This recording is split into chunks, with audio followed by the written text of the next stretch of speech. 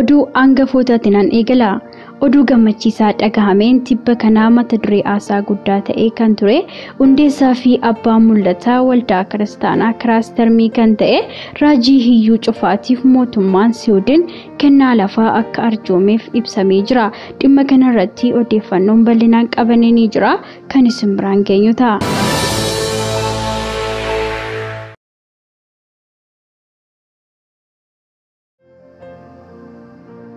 Odeessa keenya kan biraatiin ammoo oduu gaddaas ni qabna. Hidhaa waggoota hedduu booda lubbuu isaanii kan darbee hojjetaa wangeelaa beekamaan tokko sirni awwaalcha isaallee akka hin geggeeffamne himamee jira.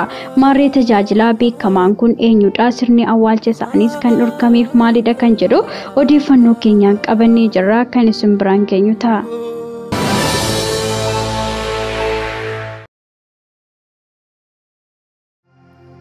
Odeessa keenya kan biraatiin ammoo sababoonni gurguddoon kalee keenya nu dhabsiisuu danda'an maal fa'aadha kan jedhu bal'inaan qabanneetiin jira. Hanga xumura odeessa keenyaatti nu waliin tura.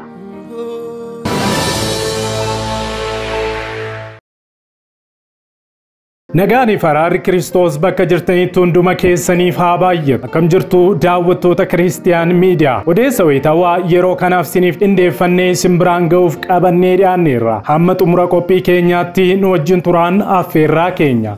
Yeroo jalqabaaf gara chaanaalii sagalee kiristiyaanotaa ta'ee Kiristiyaan Miidiyaatti kan dhuftan sabiskiraayib godhachuudhaan mallattoo beelii sana fuulduratti isinii ba'u ala tokko gadi tuquun ol kan jettu irra kaawwachuu hin dagatina. Kana gochuu keessaniin odeeffannoowwan kiristiyaanummaa wayita karaa chaanaalii keenyaa gadhiifaman hunduma dursee akka isin naqqabuuf isin gargaara. Yaadaaf gaaffii keessan koomentii irratti nu qoodaa. Laayik sheer gochuudhaanis guddina chaanaalii keenyaa keessatti gahee keessan ba'a. Kallattiidhaan odeeffannoo yeroo kanaaf isiniif qindeeffannetti wal wajjin hadabarru.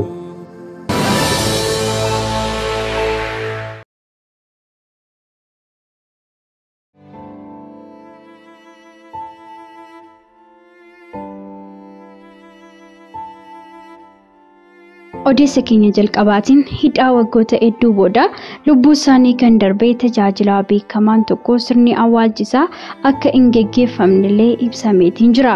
Maarree tajaajilaa beekamaan kun eenyudha kan jedhuuf Eertiraatti hidhaa waggoota hedduudhaan booda lubbuu isaa akka darbee fi sirni awwaalcha isaallee akka hin geggeeffamne ibsameetiin jira.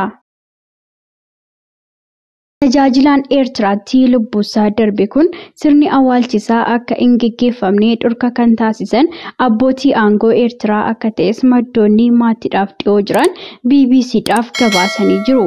Tajaajilaan kun Tasfaa'ee Siyyuum kan jedhamu yoo ta'u, hanga har'aatti sirni awwaalcha isaanii akka hin geggeeffamnee fi hospitaalatti akka argamu maddi odeeffannoo nageenya isaaniif maqaa isaanii dha'uun hin barbaachisne dubbatanii jiru. BBCnis akka mirkaneessetti yoo ta'e Paaster Tasfaa'een guyyoota 14 dura lubbuudhaan dachee kanarraa kan darbe yoo ta'u, maatiin reenfasaa awwaalachuudhaaf qaama mootummaa dhimmichi ilaallatu irraa eeyyama argachuu akka hin dandeenyellee ibseetiin jira. Itoophiyaatti waldaa kiristaanaa Masarata Kiristoositti tajaajilaa kan ta'e Paaster Mikaa'el BBCdhaaf akka ibsetti Paaster Tasfaa'een Eertiraatti hundeessitoota waldaa kiristaanaa keessaa isa tokko akka ta'ee fi sababa amantii isaatiifis waggaa 10 oliif mana hidhaa keessa akka turellee ibsamee jira. Maarree haala jiru kanaan dhiphachaa kan jiran maatiin Paaster Tasfaa'ee hooggantoota olaanoo dabalatee itti gaafatamtoota hundayyuu kan haasofsiisan yoo ta'u, fala tokkollee argachuu akka hin dandeenyellee ibsameetiin jira. Dhimma kanarratti dubbii fuudhaa mootummaa Eertiraa kan ta'e obbo Yaamaana Gabra Mikaa'el deebii akka laataniif yaaliin deddeebinee taasisnee yeroodhaaf hin milkoofne kan jedhan Paaster Mikaa'el Paaster Tasfaa'ee waggaa 10f mana hidhaa keessa tursiisuudhaan innis akka malee dhukkubsachuudhaan ji'a 2 dura mana hidhaatii hiikamuu isaa maatiinsaa ibsanii jiru. Maarree Paaster Tasfaa'ee hidhaadhaa erga hiikamee booda hospitaalatti yaala isaa hordofaa kan ture yoo ta'u, baay'ee dhukkubsachuu isaa irraan kan ka'e lubbuu isaa darbuu danda'ee jira. Haa ta'u malee sababa amantii isaatiif bakka dhaloota isaa magaalaa Asmaraatti awwaalamuu eeyyama argachuu akka hin dandeenye Paaster Mikaa'el hubachiisee jira. Umriin isaa ganna 30 keessatti kan argamu yoo ta'u, Paaster Tasfaa'een gaa'ila kan dhaabbatee fi abbaa mucaa tokko akka ta'ellee ibsameetiin jira. Maarreen biyya Eertiraa keessatti amantiin beekamtiin kennameef Ortodoksii, Kaatolikii fi kanneen biroo yoo ta'u, hordoftoonnii fi tajaajiltoonni amantii kiristaanaa miidhamaa, reebichaa, mana hidhaa fi godaansaaf akka saaxilamanis dubbatameetiin jira. Egaa maatii gaddi mudateef jajjabina hawwina.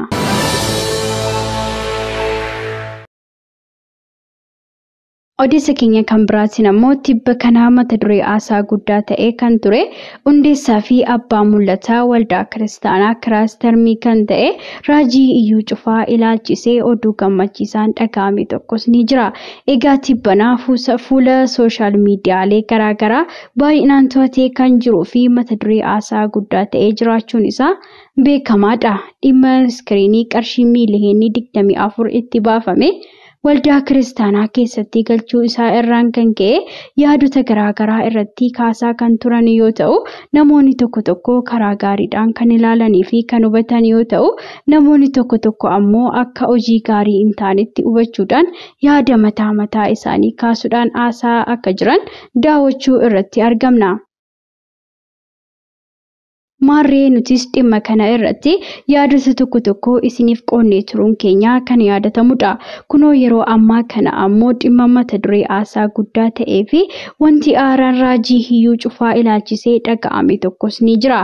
Innis egaa lafti deemsa miilaan sa'aatii tokko adeemsisuu danda'u biyya Siwiidinii Raajii Iyyuu Cufaatiif akka kenname dhaga'ameetiin jira. Egaa kennaan kunis kan kennameef gama nama dhuunfaatiin osoo hin taane gama mootummaa Siwiidiniin akka laatameef dubbatamu irratti illee argama. Maarree Raajii Iyyuu Cufaa waldaa kiristaanaa Afrikaa irra jira jedhamee irratti ijaaruudhaaf qophii irra akka jiruu fi waldaa kiristaanaa jedhame kana ijaaruudhaafis walumaa galatti doolaara Ameerikaa miiliyoona 34 akka gaafatus ibsameetiin jira. Maarree tibbanaa iskiriinii qarshii miiliyoona 24 itti ba'e akkamiin galchaa jedhamee yaadannoo garaagaraa akkasumallee yaadonni garaagaraa osoo irratti ka'anii kan daawwachaa turre ta'uusaallee kan yaadatamu yoo ta'u, haa ta'u malee Raajii Iyyuu Cufaa kana caalayyuu wantoonni hedduun osoo qajeelanii fi akkasumas osoo godhamanii fi daawwachuu irratti illee argamna. Egaa Raajii Iyyuu Cufaa dhimma biyya Siwiidiniitti lafti kennamuu fi ilaalchisee hanga ammaatti yaadni inni laate tokkollee akka hin jirres kan ibsame yoo ta'u, egaa dhimmichi dhugaamoo sobadha kan jedhuuf wanti mirkanaa'ee jiraachuu baatus baay'ooliin dhimma kanarratti gama sooshaal miidiyaalee garaagaraatiin bal'inaan haasa'uu irratti akka argaman daawwachuu irratti argamna. Kanaafuu dhimma kanarratti ibsa Raajii Iyyuu Cufaa ibsa laatu kamiyyuu hordofnee kan isin biraan geenyullee ni ta'a.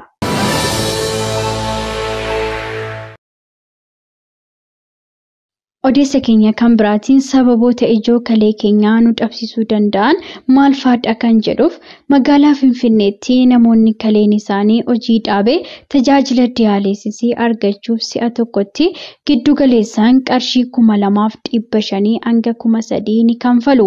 Namoonni kaleen isaanii hojii dhaabee torbanitti yoo xiqqaate si'a 3 tajaajila diyaaleesisii argachuu akka qabanis ogeeyyiin fayyaa kan ibsan yoo ta'u, namoonni tajaajila diyaaleesisii guyyaa guyyaadhaan yeroon itti argachuu qabanis akka jiru ibsameetiin jira. Maallaqa hangasii kanfalanii tajaajila kana argachuun garuu namoota hedduutti baay'ee kan cimu yoo ta'u, ofii otoo maallaqa itti hin kanfaliin kalee keenya akkamiin eeggachuu dandeenya kan jedhuuf dhimma kanarratti ispeeshaalistii keessoo qaamaa fi kalee kan ta'e Dr. Maammoo Nugusee gaafannee turre. Dr. Maammoo waggoota 2 asitti magaalaa guddoo Laayibeeriyaa Monoroviyaatti ispeeshaalistii kalee ta'uudhaan hojjechaa kan jiruu fi akka lakkoofsa Itiyoophiyaatti bara 2006 hanga bara 2014tti hospitaala Phaawulos kan magaalaa Finfinneetti argamu keessa hojjetaa kan ture yoo ta'u, murteessummaa faayidaa kalee irratti dubbateetiin jira. Egaa faayidaan kalee ijoon xurii qaama keenya keessaa dhabamsiisudha. Xuriin bulbulamee bifa fincaaniin qaama keenya keessaa akka bahu kan taasisu yoo ta'u, fincaan qaama keenya keessaa yoo hin baane qaama namaa dhidhiiteessuudhaan qaama keessa deebi'ee miidhaa qaamolee biroollee geessisuu ni danda'a. Kaleen xuraa'aa qaama keenya keessaa hin dhabamsiisu taanaan namni tokko yeroo dheeraadhaaf tajaajila diyaaliisisii yoo hin arganne lubbuudhaan turuullee akka hin dandeenye ibsamee jira. Kana qofa miti gumaachi faayidaa keenya irratti yookaan fayyaa keenya irratti qabu kaleen elektroolaayitiiwwan lafee ni jabeessa akkasumallee jabeessanis ni to'ata. Hormooniin qaamni keenya dhiiga diimaa akka oomishu taasisuu irraas ni madda. Maddii asiidii yookiin immoo madaallii asiidii fi beezii qaama keenya keessa jirullee kan eegu yoo ta'u, kaleen keenya warshaalee gurguddaa waliin wal fakkaata jechuudhaan Dr. Maammoo kan ibse yoo ta'u, yoo kaleen hojii dhaabde maashina bakka kalee bu'ee xuraawaa dhiiga keenya keessaa dhabamsiisu diyaalaasisiin barbaachisaadha jechuudhaanis dubbatee jira. Darbee ammoo of wallaaluun mallattoolee dhibee kalee akeekuu ni malus jechuudhaan kan ibse yoo ta'u, dhukkubsattoonni diyaaliisisii argatan meeqadha kan jedhuuf diyaaliisisiin meeshaa bakka kalee bu'ee dhiiga qulqulleessu yoo ta'u, meeshaan kun hojii kaleen hojjetu guutummaan guutuutti ni hojjeta. Kaleen nama nagaa qabu tokko sekoondiidhaaf illee hojii isaa akka hin dhabnes beekamaadha. Haa ta'u malee maashinii diyaaliisisii yoo xiqqaate torbanitti sa'aatii muraasaaf qaama namaa keessaa xuraawaa ni dhabamsiisa. Yeroo kaan guyyaa guyyaatti diyaaliisisii yeroo itti barbaachisullee ni jira. Dhibeen kalee babal'achaa dhufuurraan kan ka'e magaalaa Finfinnee fi kutaalee Itoophiyaa kaanitti iddoo tajaajilli diyaaliisisii itti kennamu babal'ataa dhufuusaa kan ibsame yoo ta'u, dhibeen kalee teekinooloojii diyaaliisisii babal'achuu isaatiin baramaa adeemeetiin jira. Tajaajilli diyaaliisisiin kennamuu isaatiin dhukkubsattoonni dhibee baay'inaan mul'ataa akka jiranii fi Itoophiyaa keessatti namoonni hangamii tajaajila diyaaliisisii hordofaa jiru kan jedhuuf qorannoo sirnaan gaggeeffamee jiraachuu baatus namoota 1,000 ni caalu jechuudhaan tilmaamasaa kan kaa'e Dr. Maammoon meeshaan diyaaliisisiin ittiin hojjetamu yookaan immoo diyaaliisisiin ittiin hojjetamu biyya alaarraa waan galfamuuf gatiin isaa qaalii akka ta'ellee ibsee jira. Egaa kanfaltiin isaanii ammoo dhaabbilee fayyaa dhuunfaa fi mootummaatti garaagarummaa akka qabanis kan ibse yoo ta'u, namni kaleen isaa hojii dhaabee tajaajila diyaaliisisii argachuuf si'a tokkotti giddugaleessaan qarshii 2,500 hanga 3,000 kanfalas jedheetiin jira. Guyyaa guyyaadhaan nama tajaajilli kun barbaachisutti kanfaltiin isaa garmalee akka ulfaatus kan ibsame yoo ta'u, magaalaa guddoo Laayiberiyaa bakka amma hojjetaa jiranitti illee kanfaltiin isaa kan Itoophiyaatti beekaniin walitti akka dhiyaatus kaasee dubbatee jira. Namoonni kanfaluun humna hin qabne yookiin humna qaban illee akka xiqqaatanis heereetiin jira. Odeessa keenya kan biraatiin ammoo eebila 16 bara 2015 irraa eegalee guutummaa Finfinneetti gurgurtaan boba'aa teelee birrii qofaan akka ta'u ibsameetiin jira. Eebila 16 bara 2015 eegalee guutummaa Finfinneetti gurgurtaan boba'aa teelee birrii qofaan akka ta'u kan dirqisiifamu yoo ta'u, biiroon daldala magaalaa Finfinnee beeksiseetiin jira. Akkaatuma gurgurtaan boba'aa hundi teelee birrii qofaan akka ta'u murtoo darbeen magaalaa Finfinneetti eebila 16 bara 2015 eegalee buufataalee boba'aa martii fayyadamtoota teelee birrii qofa akka keessummeessan hubachuudhaan qophii barbaachisu akka taasisan biirichi hubachiisee jira. Dhaabbileen boba'aa gurgurtaa boba'aa kamiyyuu teelee birriin ala raawwatan irratti tarkaanfiin seeraa kan fudhatamu ta'uu isaa ragaan biiricharraa argamellee ni mirkaneessa.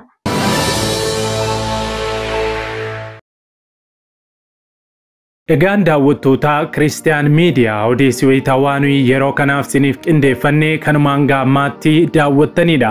Waan daawwattaniif ulfaadha. Yeroo jalqabaaf gara chaanaalii Sagalee Kiristiyaanota maraa ta'e Kiristiyaan Miidiyaatti kan dhuftan subscribe gochuudhaan mallattoo beelii sana fuulduratti isinii ba'u haala tokko gadi tuquun ol kan jettu irra kaawwachuu hin dagatina.